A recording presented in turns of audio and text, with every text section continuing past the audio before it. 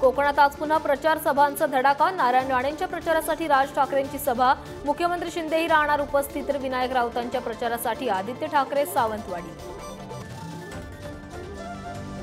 मोदींवर उद्धव ठाकरेंची मदत घेण्याची वेळ येऊ नये हीच प्रार्थना। शरद पवारांचा मोदींना टोला। तर मोदींनी कितीही डोकावून बघितलं तरी खिडकी बंदच राहणार, राऊतांचाही चिमटा।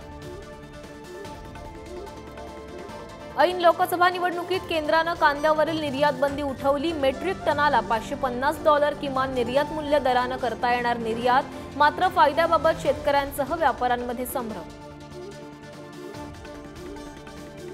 मनसे नेते अविनाश जाधव खंडणी आणि मारहाण प्रकरणात नवा ट्विस्ट। अविनाश जाधवांनी आरोप फेटाळल्यानंतर मारहाणीचं सीसीटीव्ही फुटेज समोर।